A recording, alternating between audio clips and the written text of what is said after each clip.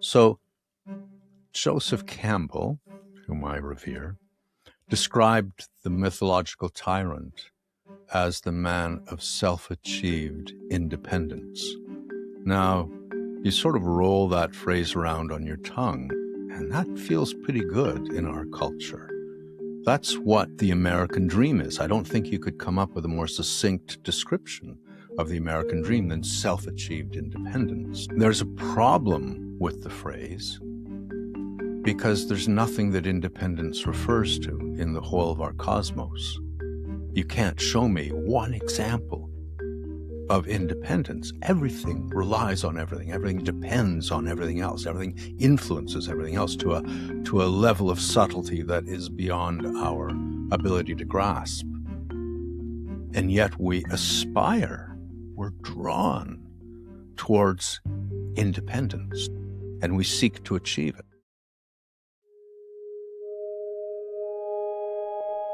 Welcome to Inner Pioneers, a podcast for those who feel the call to break new ground within themselves. Join us as we dive into real stories of transformation and learn from leading voices in psychology, science, and human development on how to move through inner shifts and seasons of change. I'm your host, Dmitrij Achelrod, and now let's begin pioneering.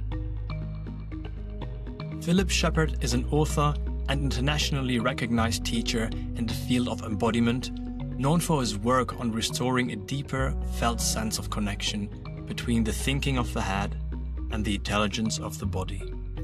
His books, including New Self, New World and Radical Wholeness, have influenced a global audience seeking a more integrated way of being.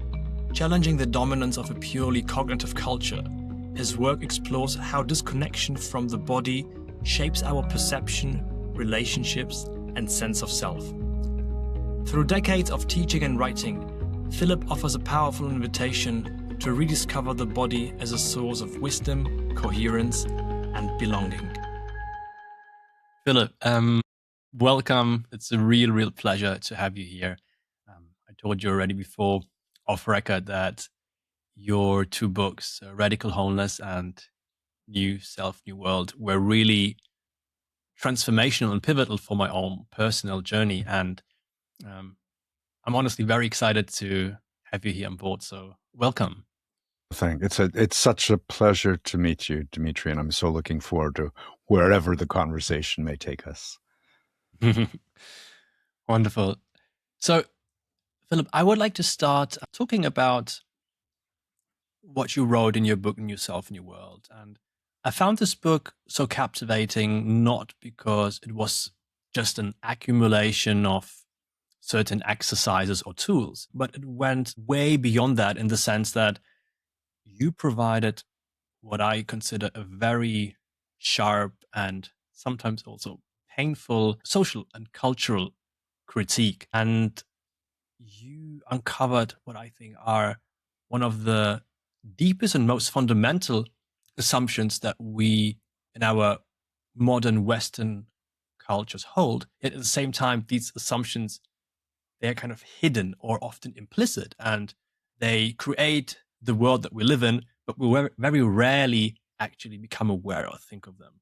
And so I would like to spend some time on this before we then dive deeper into the techniques and intricacies of embodiment. So you write about this division or this lesion between the body and the head, and you describe it as one of our main cultural maladies or conditions. So can you tell us more about this rift between our minds and the soma? Yeah. I might tweak the language a bit when you say mind and soma, because for me, soma is mind. What I feel as my mind suffuses every cell of my body. So I'll talk about the lesion, which is a nice word, between our thinking and our being, or between our head intelligence and our body intelligence. It is a wound that we are inflicted with systematically. And by that, I mean, we might point to the typical education system that we put our our young, innocent children through. The instruction basically is sit still at your desk. If you can't sit still, you are likely punished. So to sit still is to put the body's intelligence to sleep. In the meantime, if you can fill your head with the right information, you will be rewarded. And, you're in that system for 12 years. And I remember coming out of that system believing that the almighty head could think through anything. It's like dull myself to the sensations below the neck and let the head take over. The reality of our nature, of our human nature, is that there is, well, I've got a new book that I've just finished the first draft on that draws a distinction between cleverness and intelligence. And we have put all our eggs in the basket of cleverness to the extent that we no longer recognize our own intelligence. There's so many ways of coming at that. One way of showing it up is that there has never been a culture as clever as ours, on the one hand. On the other hand, we have forgotten how to live intelligently. We are despoiling the planet. We are at war with ourselves, internationally as well as within our own bodies. We've lost the ability to come to rest on the earth. We've lost a sense of our own fluidity. I mean, we're 65% water. There's an inner ocean within us that facilitates all the exchanges that keep us healthy and give us life. And we stultify that. We harden it. There's so many ways in which we detach from the body's intelligence. And if the intelligence of the head draws on a swimming pool of information, the body's intelligence draws on an ocean of information. The body processes more than 1 billion times the amount of information that we can be consciously aware of. We lose sight of this, and it's only by returning to indigenous cultures that we glimpse what we have lost. I can give a couple of examples just for context. So there's the Yunangan culture, which lives on those islands that trail off Alaska towards Russia. It's a seagoing culture that is phenomenally attuned to their world. And their main sustenance is the sea lion. And in the same way that the Plains Indians had a sacred relationship with the buffalo. And there's one amazing elder, Ilarion Merkuliev, who was raised completely in the traditional way, but also later went to university, in a Western modality. So he's like this bridge between our world and the indigenous attunement. So as a kid, he would join the hunters. What did the hunters do? They're at the edge of the ocean, sitting on these massive basalt rocks in silence, in stillness, not daydreaming, not drifting, just attuning. And it might be hours. And eventually one of them would say, sea lion coming. And all the heads would turn and look in the same direction. The sea lion can be 5 or 10 miles offshore. They feel its presence, specifically, tangibly. And without that sensitivity, they would not survive. It's the same sensitivity that enables indigenous cultures to feel the medicines that plants are offering. That, there's another author, Robert Wolfe, who wrote this beautiful little book called Original Wisdom. And in it, he recounts his experience with the Sengoy culture in Malaysia. It's like they are doing things that are impossible. And he feels drawn to this culture to understand it. Like he'll wake up on a Saturday morning and decide to go visit one of the 3 villages that he had a relationship with. And so, he drives for 2 hours and walks for an hour and a half along a jungle path. And there's somebody waiting to meet him. And they stand up and escort him into the village. I mean, he didn't know he was coming. How did they know he was coming? There's a really compelling story that he tells where he took an elder back home for the night with him, and he lived on the sea. Now, for the Sangoi culture, the sea doesn't exist. They live in the jungle. They have no word for ocean or sea. And Robert Wolfe woke up in the morning to see this guy standing like 100 yards from the edge of the ocean, just standing there. And eventually they drove back to the village, and he arrived at the village, and he announced to his community, "We need a meeting tonight. I have something very important to tell you." And so Robert Wolfe was there as they gathered, and he is describing the ocean. And he's saying it's not dangerous like our rivers. It doesn't come up and swallow you. It remains where it is. But there are mountain ranges within it, bigger than the mountains we know, valleys deeper than the valleys we know. There are currents that run within it, and there are fish that ride those currents. And there are some fish with great wings. He described like a manta ray, and he described a whale, and he could feel this world standing at the edge of the ocean and describe it in detail. So our bodies, what they most clearly feel is the present, and what they most clearly understand is that they belong. So if I truly feel the presence of a tree, I have a sense of a mutual recognition between us, and we belong to each other. There is such a deep, deep sense of that. And the body also understands that everything is alive in a way that the brain and the head rejects. So I can hold a pebble in my hand and feel its aliveness to the world. And my body knows that in a way that my head will say, that's ridiculous. It's not alive. So what we've done in this schism, we've chosen to live in the head. We've chosen to forge our way forward using our cleverness. And it's resulted in a depleted sense of our own aliveness.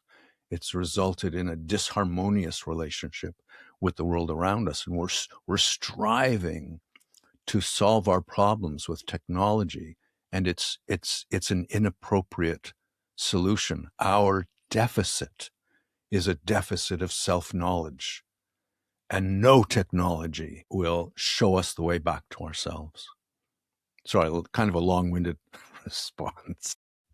Thank you, Philip. There is so much to unpack here, and I will absolutely return to the topic and almost like enigma of how there are people on this planet that can tap into this intelligence, into this deep ocean of somatic or bodily intelligence, which to me, and I would say, well, conditioned and also maybe a victim of the Western educational system. And I've spent more than 12 years. I think I've spent like 18 years or longer in in that kind of world. So I find it difficult to even imagine or to think in these kind of terms, right? And that I guess tells a lot about how my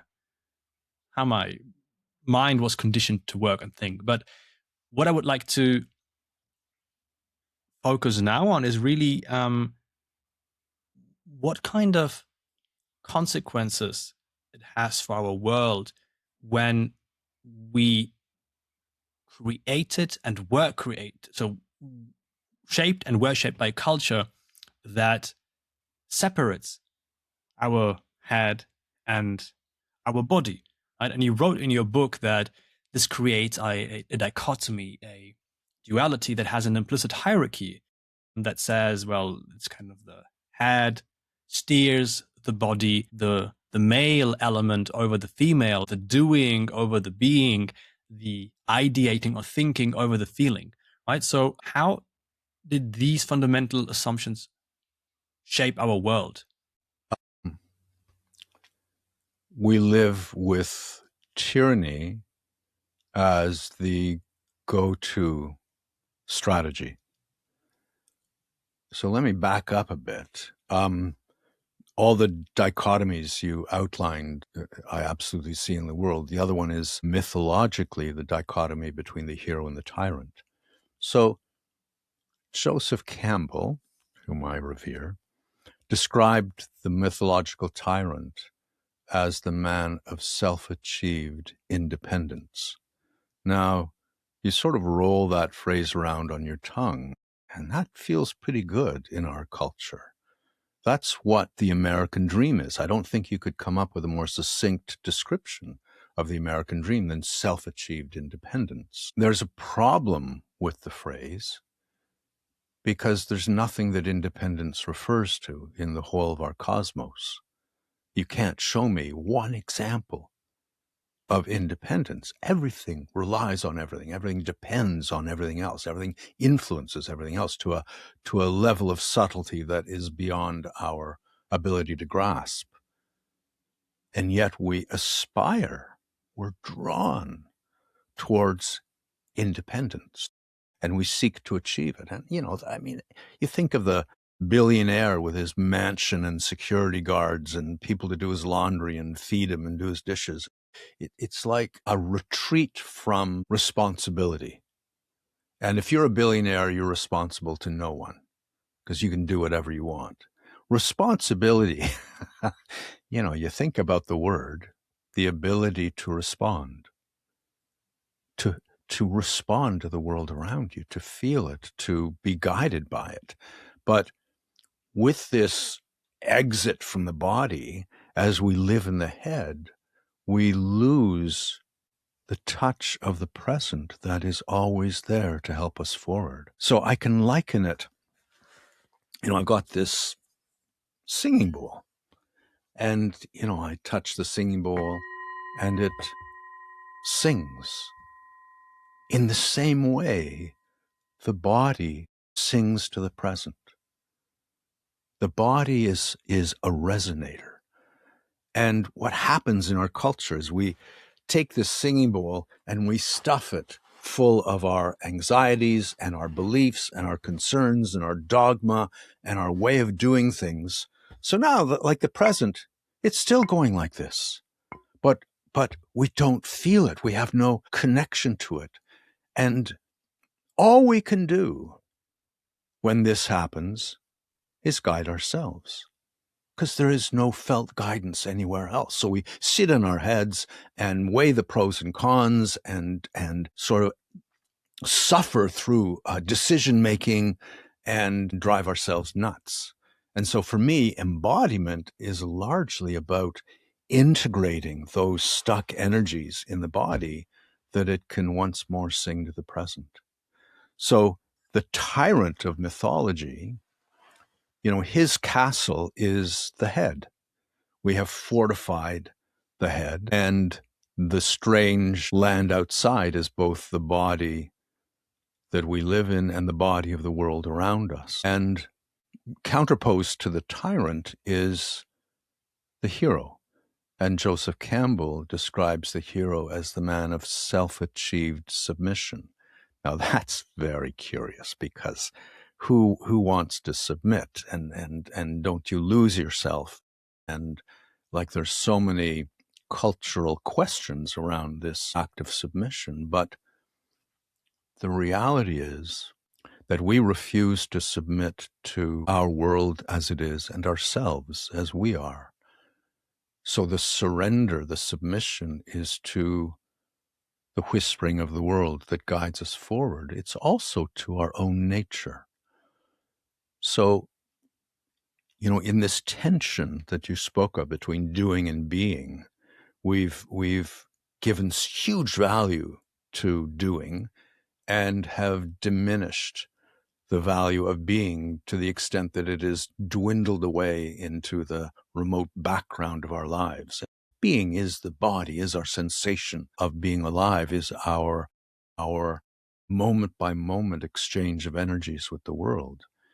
And the dwindling of our own sense of our being shows up when you look at the qualities of being itself and reflect on how they show up on you. So, for example, fluidity. Being is fluid. Everything around me is in flow, and some things are, the tea in my cup is flowing more quickly than the molecules in the in the stick, but everything is in flow. Granite is in flow. Mountains are, waves moving across the landscape. And we are, as I mentioned, 65% water. And we lock up our fluidity. We are afraid of our fluidity. That letting go that opens us to sensation is something we guard against. So fluidity is not something to achieve.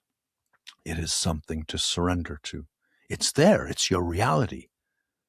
There's the heroic submission to take that risk of feeling yourself in that way. Another quality is spaciousness.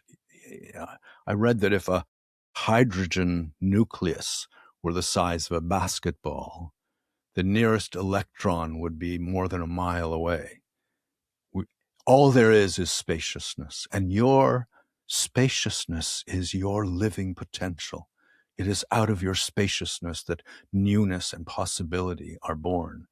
And yet, like the singing bowl, we lose our spaciousness. We want a consolidated body because it feels safer to brace against the world than it does to submit to it. And again, it's the submission to not just your reality, but the reality of the world, to risk feeling the spaciousness and feeling it open you to possibility. Mm. Groundedness is another thing. Since the day we were born, we have been at rest on the earth. And when was the last time you truly felt at rest on the earth? In our culture, we don't. We've internalized a value system that says, up is good, down is bad. Heaven is up, hell is down. And this ability to feel ourselves at rest, as it diminishes, we lose the sense of our own being and our own wholeness. And again, it's not a matter of this is something to achieve or to do. It's the surrender that brings us home to ourselves in a way that we cannot know ourselves without giving in to the reality of being at rest on the earth. Another quality is centeredness. Everything has a center. If I throw the stick in the air, it'll rotate around its center. And the earth has a center that we're all aligned with. And the earth turns around the sun at the center of the planetary system. And a galaxy has a black hole at its center. And nature moves in this marriage of complementary opposites that expresses itself everywhere in spirals, and every spiral has a center. And we have a center, but we've displaced our center and tried to locate it in the head. And then we wonder why our lives feel off balance. And to come back to the body, to our true center, is to once again be able to locate ourselves in the present. And again, the center is there. Can you surrender to it? And another quality is attunement, that in reality, everything is affected by everything else. There's an experiment, a theoretical experiment that was done by a mathematical physicist who said, what if the gravitational field of a single electron disappeared? And so he did that, and he said, let the electron be at the outermost fringe of the universe. And he realized that if that happened and you were tracking a molecule through the air in this room, it would go through about 50 collisions that it would otherwise have gone through, and then it would miss a molecule that it would otherwise have hit. That takes less than a second. After that moment, all the collisions amongst the air would be different, inside and out. And if you went outside tomorrow, you'd feel little gusts of wind that would be different, and you'd see clouds that would be different because the gravitational field of a single electron had disappeared from the universe. So this sense of being held by the world around you and being able to attune to it, that's what the Yunangan sea lion hunters were tapping into. That's what the Singoi elder by the ocean was tapping into, that attunement. And for me, all the first qualities of being, the sense of your own fluidity, your spaciousness, your groundedness, your center, all of those make attunement possible. So what have we lost in this ascent up into the head. We live in a hallucination of our own making. And then we feel our lives fretful, anxious, disconnected, alone, all the qualities you describe to a tyrant. Uneasy lies the head that wears the crown, as Shakespeare put it. And we've lost our sense of belonging, and we feel ourselves alone. And aloneness, to me, like independence, is a fantasy. There's no such thing. You're known by, held by everything around you. You are living in this rich companionship, and yet we feel ourselves alone. Mm. So much to process. And when you describe the mythological tyrant and the real world representation in the form of the modern billionaire who is basically hoarding wealth and trying to make himself or herself, usually or mostly it's himself, independent from everything else, kind of protecting himself from the winds of this life by acquiring wealth and power and kind of building a castle around him. And if you think about that and you read what the world's richest people are doing, right? They are literally building bunkers around themselves in New Zealand and buying up islands on Hawaii in order to kind of shield themselves from the world, make themselves independent. So it's literally what Joseph Campbell described as the man of the self-achieved independence. And it is exactly or paradoxically that independence which supposedly should give us safety and relaxation actually just is contributing to our anxiety and to our sense of unease. And I was wondering, and you also addressed this, how also science, and oftentimes when it is called reductionistic or materialistic science, has contributed to that worldview. Thinking about Descartes, who said, "I think, therefore I am," right? Reducing everything to our existence, to ideas, to the workings of our brain, and the body becomes a mere apparatus, a machine that follows instruction from the top, from the cockpit. And I find it interesting. Thich Nhat Hanh, a meditation master who has passed, he said, "Well, it's probably more likely like I think, therefore I am not really here, because when I'm lost in thoughts, I can't be present, right?" And yeah, what is your view on how science contributed to this fragmented worldview and to our predicament? Yeah, I would rewrite dear Descartes' little dictum to say, "I relate, therefore I am." It's only through relationship that our existence is deeply felt. And just to go back to the tyrant for a sec, the tyrant is obsessed with control and safety. And safety is a good thing. Look both ways before you cross the street. But at a certain point, the desire for safety becomes anti-life. Safety is contingent. It's contingent on the lock on my front door. It's contingent on the money in my bank account. It's contingent on the bunker in New Zealand. And, you build enough contingencies and you're building yourself a cage within which you live. Life is not safe. You're going to get sick. You're going to get injured. You're going to feel grief and loss. You're going to die. This is life. It's not safe. And I think a lot of people, understand that.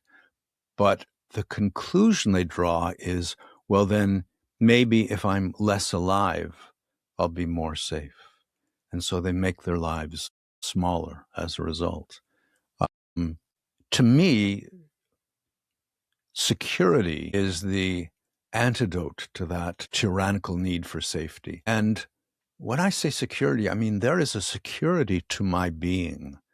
When I drop down into myself and come to rest in my center, I land in a security that is not contingent, that no circumstance, can take from me. And when we live in the head, we deny ourselves that security, and we must look out for safety. So to understand the extent to which safety is anti-life is to hopefully have a renewed interest in reclaiming the security that our culture has deprived us from. And then eventually to work back to your question. Science is brilliant. Science is wonderful. Science is extraordinary in its curiosity and its ways of finding out about the world. But science implicitly denies wholeness. Science is looking at the parts and their relationships. It's focusing on that narrow, sort of the tight focus that reveals interactions among parts. Science cannot know wholeness because you can't objectify the whole. You can't turn the whole into a thing. It's a process, and it's a process with so many strands of interaction, so many currents of energy that there's no way of objectively knowing it. So science turns away from wholeness, and the tacit assumption in science that we can build towards the whole by understanding the parts is sort of grievously erroneous. It's just not the case. And what happens is we take on the assumptions of science, the assumption that the world is knowable, that if we just develop the right microscope, the right measuring instrument, we will know the world. And it's not knowable. The whole is not knowable, but it can be felt. And we deprive ourselves of that possibility. The Unangan sea lion hunters at the edge of the ocean, they were attuning to wholeness. Our culture is whole blind, and the effect of science on us and its assumptions is contributing to our whole blindness. We struggle to feel the present in its wholeness. We have to kind of go to a retreat and sit on a cushion for days trying to undo the neurological training that our culture has imposed on us in a way that we can begin to feel the wholeness. And then, when you feel the whole, you feel its subtle guidance in every moment. So, I celebrate science. I love it. And I think it's important to recognize its limitations. Absolutely. Beautifully said. I think it was also Ian McGilchrist in his book, in his most recent book, The Matter with Things, exactly, who described how reductionistic science basically tried to separate the universe into its distinct parts, but now doesn't know how to put it back together. And by assuming you will understand the whole through separating and breaking it apart, that we will find knowledge and truth, is deeply erroneous in many ways. And also, as you described, right, in the end, it's not 1 + 1 = 2, but it's the wholeness, the entirety, basically the Gestalt. What McGilchrist talks about is kind of has a different dynamic than just the parts that are broken apart from the whole. Yeah, and just if I may to add, The Matter with Things is a brilliant title, because we want to see things around us. All there is process. So, you try to understand a tree, and you want to sort of isolate it from its environment. How do you draw a boundary around the process of a tree?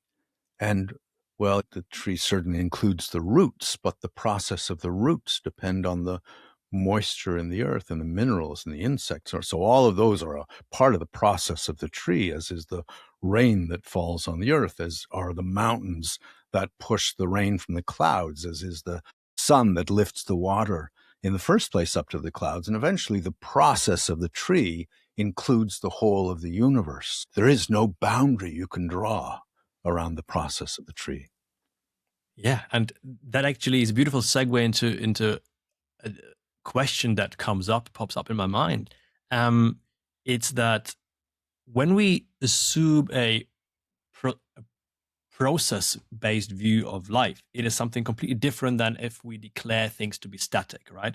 Like we can view, as you said, a tree as a nomenclature with a certain whatever species, subspecies, etc. And it is something kind of condensed. Its aliveness is taken away. Whereas when you look at it as a process, it becomes connected to everything. It's the same thing. What Thich Nhat Hanh again comes to mind. What described that the clouds are this piece of paper, because if you look at it, right, we needed the sunlight and the clouds and the rain to produce the trees that essentially empowered us to produce paper. But so the entire universe is basically interrelated in this piece of paper, and so is with everything. As Ian McGilchrist says, relationships comes before the relata. It is fundamental in this universe. And the relationship defines the things, quote unquote, that we look at. And so in this sense, I want to talk about this concept of self-knowledge. You described the symptoms that occur when we retreat into our head and think we can ideate and solve all of our problems with abstraction, with ideas, with concepts. It comes with a lot of distress. It comes with anxiety and so on. And then what people are often being told is, well, you just need to know yourself, right? Even though it sounds initially like a good advice, in your book, you caution against it, or you really define it in a different way. Maybe you can talk about that, because I think it also relates to process versus something static. Yeah. And just to say, abstractions are wonderful. As a writer, I'm using words on a page. The limitation of an abstraction, the word abstract, means to pull away from. You abstract something by depriving it of its context. And that's useful, but then bring it back into its context. And the way I do that is my ideas come back to my body. And, in that schism between our thinking and our being, we stop feeling our thoughts and we stop recognizing the sensations of the body as thinking. So when thinking and being come together, every thought is felt through the cavern of the body. And as it rises through the body, it sort of sublimates into words, but it begins in what is felt. And every word is felt through the whole of your body. And similarly, every sensation in the body is a form of thinking. And the easiest way for me to contextualize that is to say, well, for me, a thought is the processing of a relationship. And I can process the relationship between the numbers 1 and 2 and add them and it's 3 and subtract 1 from 2, it's 1, etc. The body is processing millions of relationships in every moment. Some of those relationships are its relationships with the world outside, and it's reading the currents that are passing through it and making sense of those. So that brilliance of an abstraction only comes into its full value when it is brought down through the body, and it joins the ocean of your being the way a starling might join a murmuration. And as starling joins a murmuration, it is adding a new sensitivity to the murmuration, a new way of feeling the world, another set of eyes, another set of ears. And the same thing happens when an abstraction is brought down through the body to be integrated. This, the matter with things, the title of Ian McGilchrist's book, we turn that on ourselves. We, in effect, turn the self into a thing by seeking to know it objectively. And what we come up with is almost like a grocery list of this is who I am. These are my beliefs. These are my values. This is my favorite color. This is what I like for breakfast. We identify ourselves in a way that renders the identification static. So we are no longer a process. We are a process within very constrained bounds. And then what happens is we have this self-knowledge, this grocery list, this identification. And if the universe or some person presents information that contravenes our self-definition, then we end up defending our self-knowledge, our self-definition, as though it were ourself. And we lose the understanding that the way we objectively know ourselves is different from the self. It's not that I'm against self-knowledge. I'm against the objectification. For me, self-knowledge comes through relationship. So if I come into relationship with a tree outside my window and I feel its presence, not objectifying it in any way, but being present to it through my body as fully as I can, I am illuminated by it, by that relationship. If I come into felt relationship with a child playing on the sidewalk, I am illuminated. I come into relationship with waves washing up on the beach, I am illuminated. The more deeply I come into relationship with the world, the more deeply I am illuminated. Who I am, specifically, individually, who I am, is illuminated by the world. I'm not knowing myself in a self-achieved, independent way. I am opening to relationship and being illuminated by them. So what is required to enter into relationship with the world? You are in relationship with the world. It's like one of those things, the surrender, right? It's not something to achieve. It's something that our culture warns us against. And so we have this resistance. Your bridge to felt relationship is the body. The brain is brilliant at known relationships. But here's the catch. I look around. I know what everything is. I can tell you what everything is. Everything I see, I know what it is. So then why the heck would I bother feeling any of it if I already know what it is? So that presumption of knowing is a bulwark against the sort of knowledge that can be felt. So coming back to this bridge between the brain and the world, which I call the body, one of the primary ways in which that bridge is illuminated is with the breath. And there's so much wonderful work on breath. My particular take on it is that there is no right way to breathe, despite what some people present.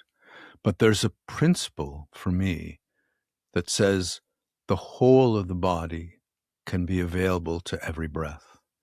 And the breath washes through the body. And you know, if you understand that the body is a fluid medium, then it makes sense that when the breath fills the lungs, there is a wave that is set up through that fluidity. And it's subtle, but I can feel the breath wave traveling down through my legs to the soles of my feet. I can feel it traveling up to the top of my head, down through my arms to the fingertips. And one of the primary impediments to feeling the breath that way is that we have locked up the pelvic bowl, the pelvic floor. We have taken this source of light and turned it into a pool of darkness. And we, part of that, it's a very, very old thing. This value system that says up is good and down is bad. And, you're looking up today, Dmitrij, and there's no doubt in our culture what that means. In another culture, to say you're looking up might mean you're looking a little flighty and disconnected. Are you all right? Just as to say to someone you're looking low in another culture might mean you're looking at peace with yourself and at rest on the earth. How wonderful. But we have, it's as I said, very old story. 10,000 years ago, we felt our center in the belly. We felt ourselves at rest in the body, at rest on the earth. We were gathered around the mother culturally. We were representing nature as a goddess, feeling the female. And for me, there's a mirror of that within the body, where I feel the intelligence within my pelvic bowl as a female intelligence, and I feel the intelligence of the head as a male intelligence. Both are needed. But what happened as we discovered agriculture, as we started to domesticate animals and started to build permanent settlements, is we were shifting our dependence for survival from harmonizing with the world, feeling it through the body, to one in which we were taking control of the world. That relies on abstraction. You can't eat all the grain because we need to plant some of it in the spring. And so we relied more and more and more on abstraction. And as that happened, we began to rise up through the body. And you see this in art, you see it in literature, you see it in Homer. Homer's got a word phrene or phrenes that means mind diaphragm. And Richmond Lattimore, my favorite translator of Homer, preserves that in his translations. He'll have a character say, "The mind within my breast understands your words." But what happened as we moved up into the head is we began to turn away from the mother and towards the father. We turned away from the goddess and towards the gods. We turned away from the earth and moved towards the sky, and we demonized down and we locked up the pelvic bowl in neglect and darkness and tension. So in terms of opening, resensitizing the bridge of the body to the world around it, you know, for me, the pelvic floor, once it's released, it becomes a diaphragm, and it is a diaphragm. We just lose its participation in breath as we lock it up. So the diaphragm that we call the diaphragm moves in concert with the pelvic floor, but the pelvic floor can initiate each breath. And when the pelvic floor initiates the breath, it grounds me in wholeness. If the diaphragm initiates the breath, it tends to place my energy higher in the body, and I lose that taproot to my being that is provided by the pelvic floor. And, you know, in terms of those two intelligences, the male of the head and the female in the pelvic bowl, the male intelligence works by excluding. It excludes strawberry from the category of vegetable. It excludes everything it looks at from wholeness.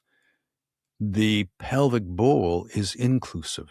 It attunes to wholeness. It brings everything into relationship with everything, the way a murmuration brings every starling into relationship with every other. So to initiate the breath in the realm of the body that is inclusive is to issue an invitation to the whole of the body to join in every breath. So as the pelvic floor releases to the in-breath, there is this wave of release through the whole of the body, and similarly on the out-breath. So the journey back to the body's knowing, I don't know of anything more compelling than to find that release of the pelvic floor and to feel yourself drawn back in that, you know, in that surrender, drawn back to your nature and to nature itself. It's interesting that you locate that female center of intelligence in the pelvic floor. I've come across different meditation traditions, and for instance, the Zen tradition works a lot with the hara, with the area beneath the belly button, and kind of probably beneath the pelvic floor. So I wonder, how did you discover what tradition gave you also the inspiration for falling into the pelvic area? Because I would say for most people, like, I've never thought about my pelvic area. Like, why should this be, the receiving bowl for wisdom and intelligence? Yeah, I was very lucky. As a teenager, I left my home in Canada and went to England and bought a bicycle and headed off for Japan. And I was gone for 2 years. And when I got to Japan, I studied classical Japanese no theater. There is no performing art that is more deeply centered in the hara, in that belly intelligence. And it shook me to my core. I saw a no play when I was 17 in Canada, and my soul was trembling at what I saw, and I didn't understand how it had that effect on me. But now I understand. Well, when an arm raises and it's raising from that place, the effect is completely different. When a head turns and it's seeing from that place, the effect is completely different. So that introduction to hara as a teenager was absolutely, I owe a great debt to no theater and to the Japanese culture for that introduction. And, then I've been an actor all my life. So the breath, if you're speaking from here, it's a very different thing from if you're actually accessing the pelvic bowl and the sacrum and the pelvic floor. And then I studied with an energy healer, Denis Chagnon from Quebec in Canada. And his story is compelling because he had cancer all through his body and was given 3 weeks to live, and went home and basically just felt and felt and felt and discovered a triangle in the body's energy, the bottom point of which is the perineum. So I studied with him for 5 years. And the traditional center in the body is the dantian, the tanden in Japanese, the second chakra. But all of those centers were formulated or expressed thousands of years ago. Thousands of years ago, our culture had such a relationship to the earth. We worked it with our hands. We walked on it. Every sound we heard was a sound of nature. We live with, I think most people, most of the time these days, are hearing machines, and that rhythm gets into the cells. They become jittery because they're being shaped by these mechanical rhythms. But, that center, to me, the second chakra, the tanden, is no longer sufficient to countervail against the radical hyper abstractions of the head. So for me, we need to drop down to the perineum to counterbalance the effects of our culture. So what I hear is, on the one hand, you're saying we are already in relationship, right? It's all we are, actually, right? We cannot define ourselves other than being in this flow of relationship, right?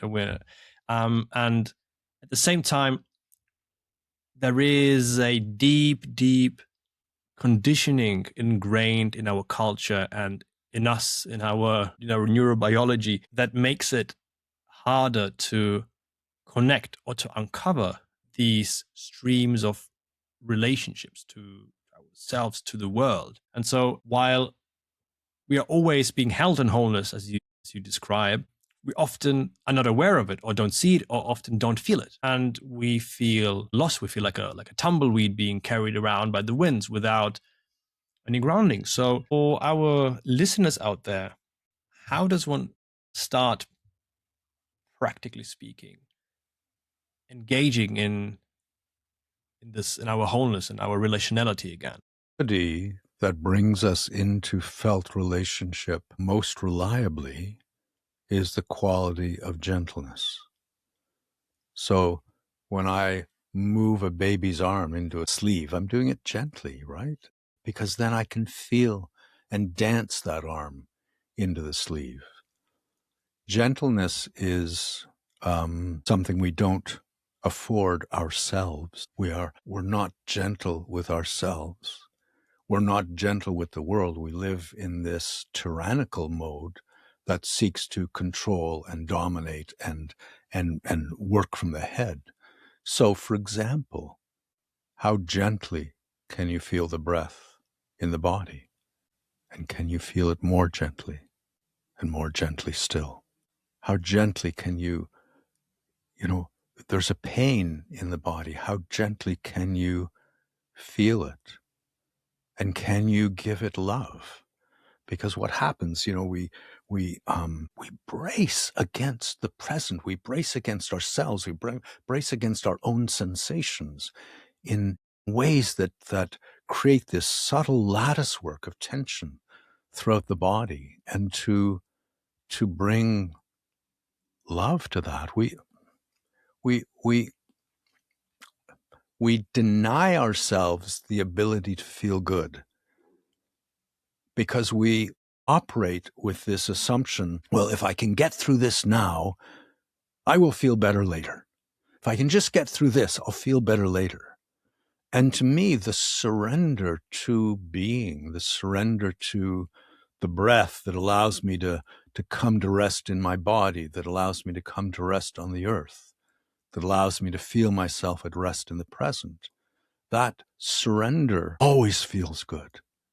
To allow the pelvic floor to release to the breath always feels good. I feel better. I've got a little snow globe, a little fox. And here's how we live with all our energy kind of floating around and agitated, and to let the body come to rest on the earth as it truly is to feel your energy settle and come home. And I like that the little fox is resting on his pelvic floor on the earth. We've internalized up is good, down is bad to such an extent that when we are in a stressful situation, our energy goes higher and higher and higher until, there's this storm going on in our heads. And it is so disabling when that happens. It is taking us out of wholeness. It is taking us out of our true power. It is taking us out of our clarity. And so to recognize this urge, once in a while somebody will say, would you give a talk and what would you like to call your talk? And I'll say, well, why don't we call it Lower Your Consciousness? And, every time I hear raise your consciousness, I think, oh my God, you're so far out of the body. You're so high. It's toxic to go higher.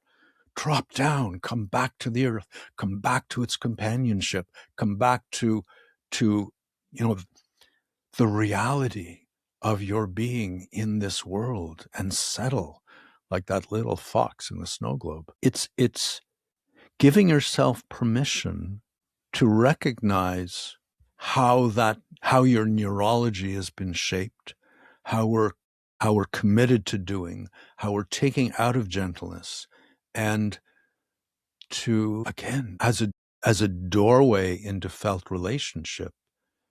To me, gentleness allows, facilitates, enables felt relationship. Yeah.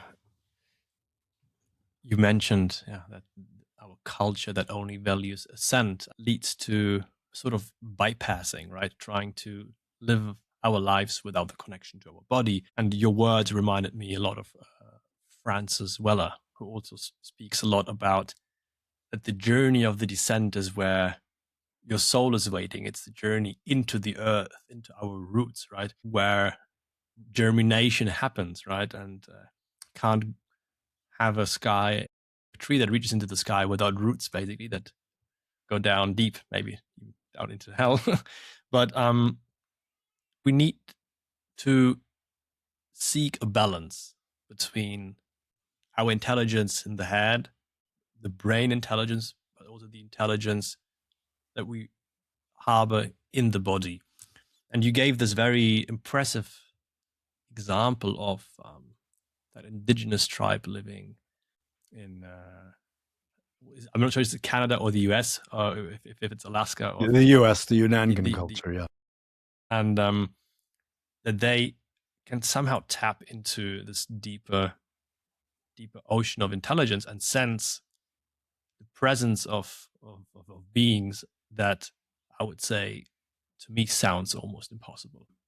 And so I'm wondering really how, I mean, you've already addressed a bit that, but how we can cultivate this kind of intelligence beyond a simple experience, but cultivate it into a state, into a living relationship, right, where we can invite it more and more into our life. So you did mention connecting to the pelvic floor, allowing the resonance to happen there, inviting gentleness into our lives. And yet I can imagine to many people it still sounds abstract because it is such a radically new concept that sounds difficult to grasp with our analytical mind. Maybe this is what I'm trying to do right now.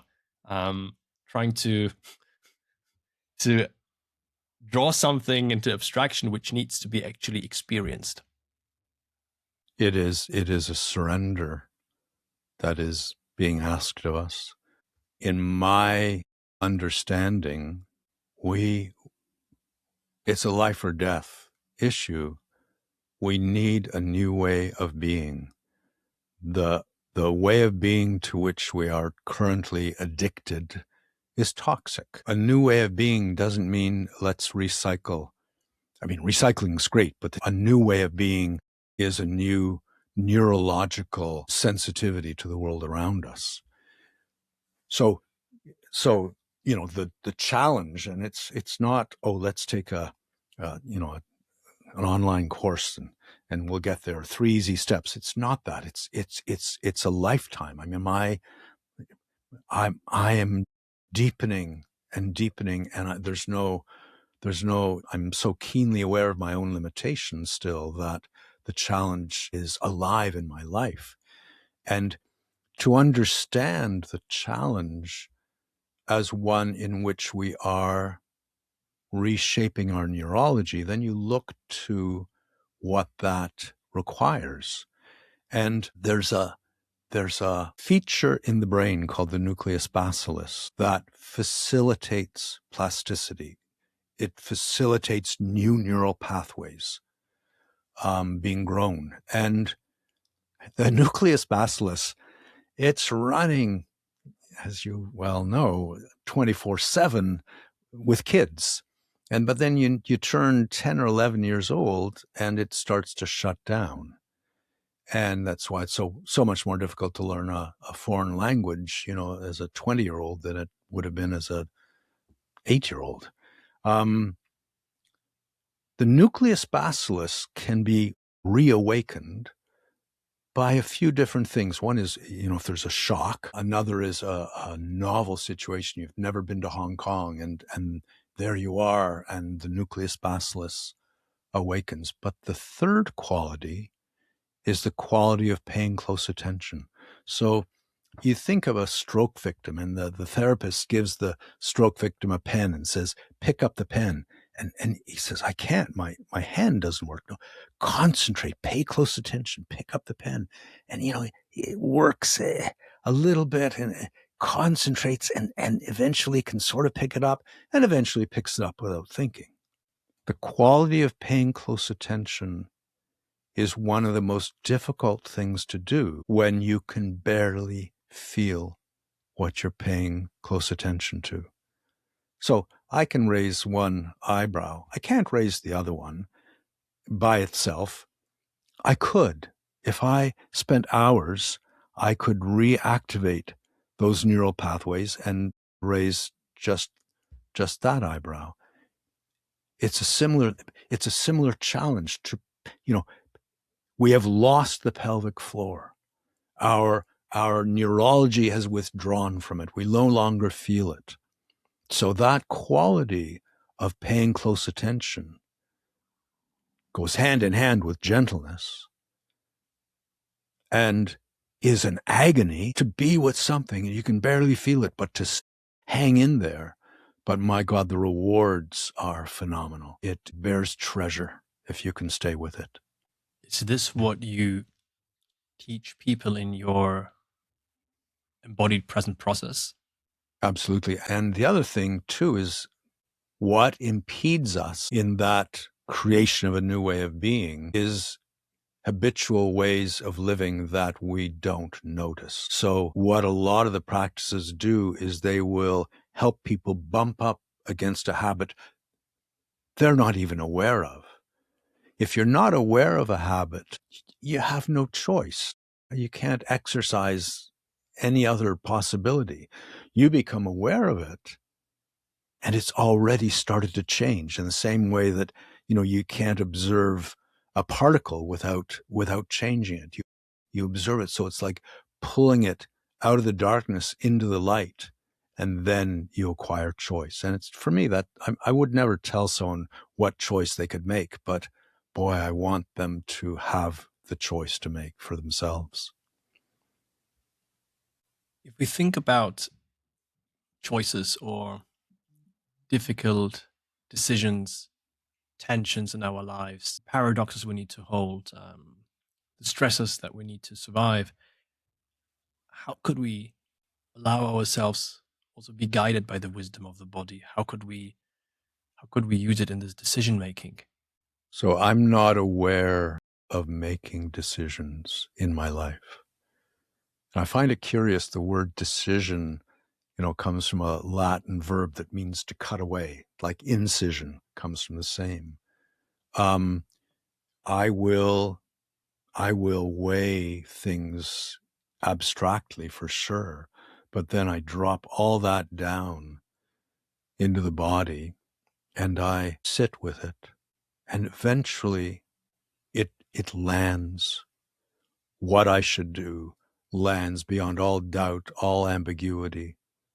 The whole of my being is coherent in moving forward. So we are trained to think our way forward.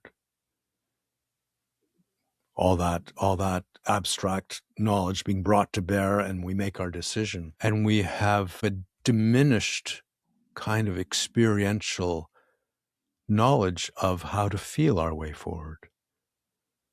But to trust your wholeness rather than that fractured grasping that the head deems all important, to come back to your wholeness, to allow your being to come into coherence the way a 250,000 starlings can come into coherence in a murmuration, then decisions aren't needed.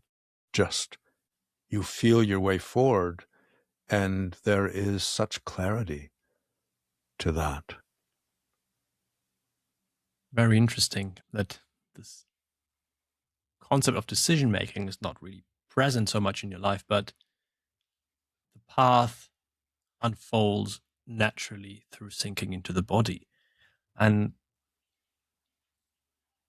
when I spin this a bit forward, I was wondering how that would shape our world if we collectively embraced more such a way of feeling our way forward, instead of kind of trying to brute force it with predicting it and analyzing it. I'm asking this question especially because a lot of our listeners and the people that we are working with, they are in positions of influence, right? They are in leadership positions. They are having their companies or kind of oftentimes senior executives. So I wonder how would also leadership change if such a stance was adopted? Yeah, completely. So if I'm in a divided state, which is the state of the tyrant, and the tyrant, just to be clear, tyranny is the result of the male element turning its back on the female element and going it alone. So it puts us in division, thinking and being, head and body, however you wish to formulate that. When we are in division, we are out of wholeness. Harmony is a product of wholeness.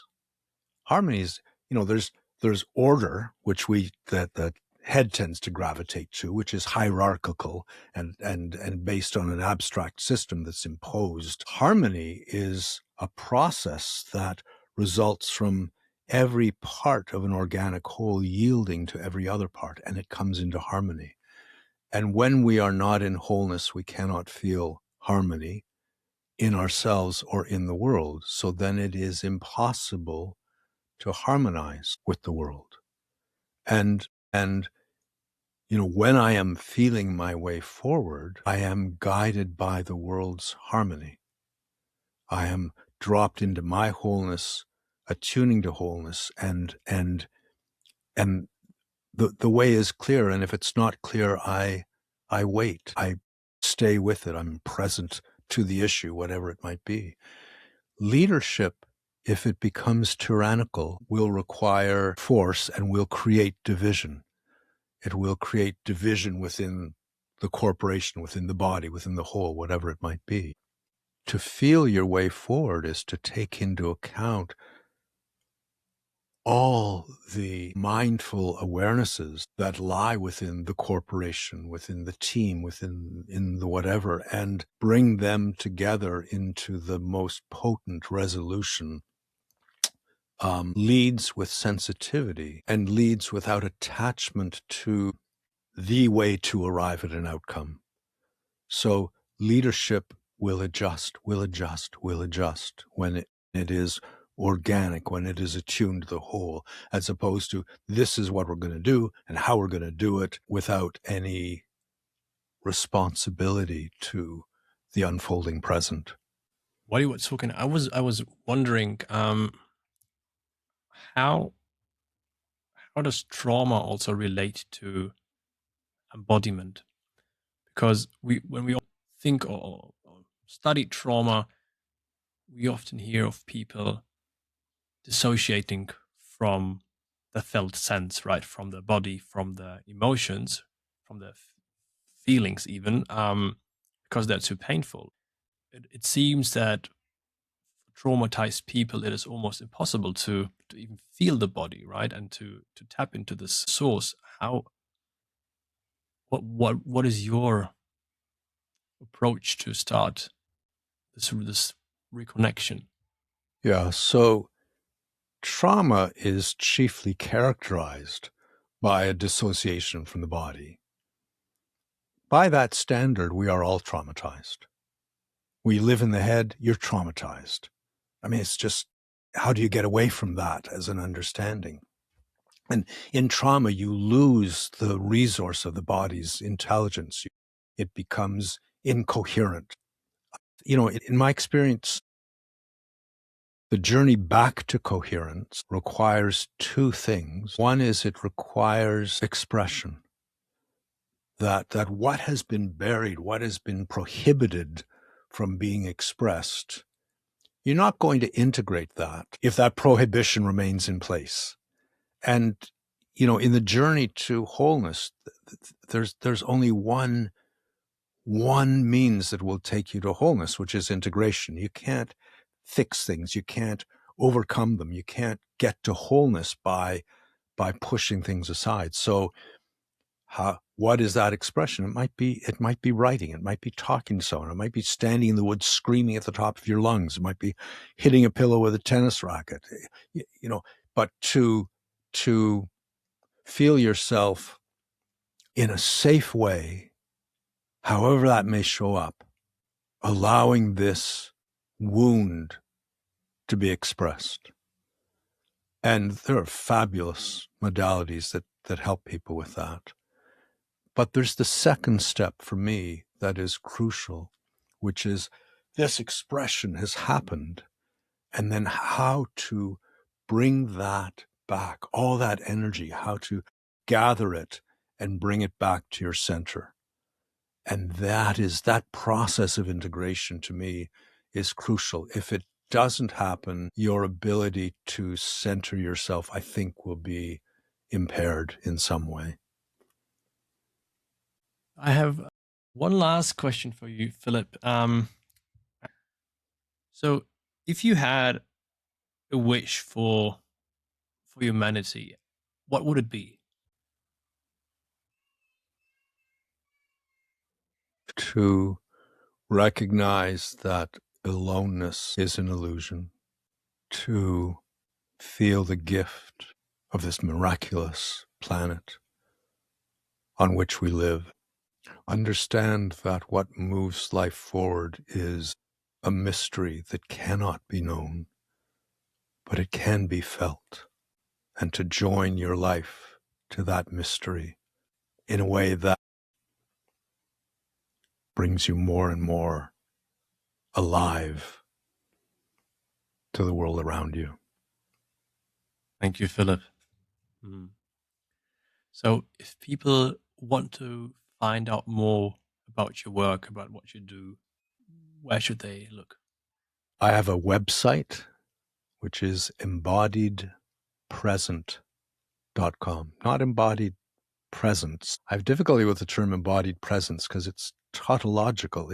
If you're embodied, you're present. If you're present, you're embodied. But embodiedpresent.com, it's saying what you are embodying is the present. It's not that you're in here and the present is out there and you're trying to connect the two. The present lives through you.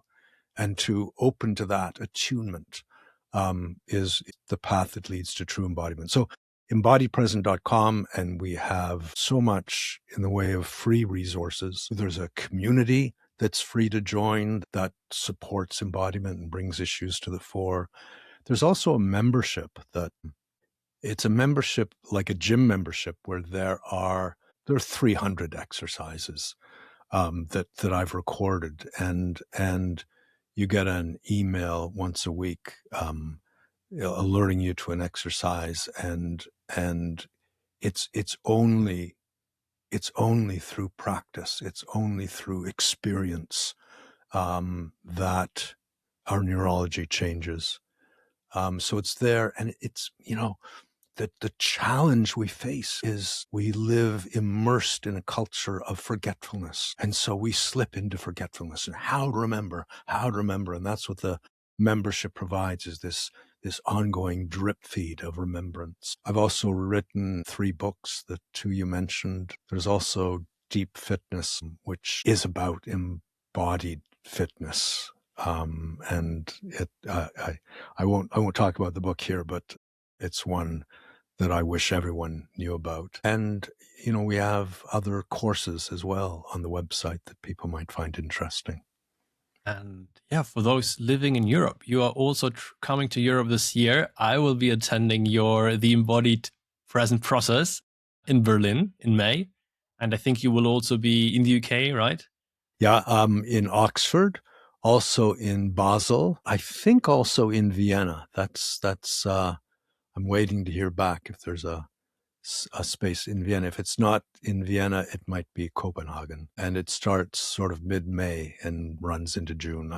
I'm thrilled to bits about coming back to Europe. Yeah, and I'm very excited to actually meeting you in person here in Germany. I so look forward to it, Dmitrij. Philip, thank you so much for your time. It was a true pleasure having you here and listening to the embodied wisdom that you are. So much appreciation. Thank you, Dmitrij. It's been a joy. Thank you.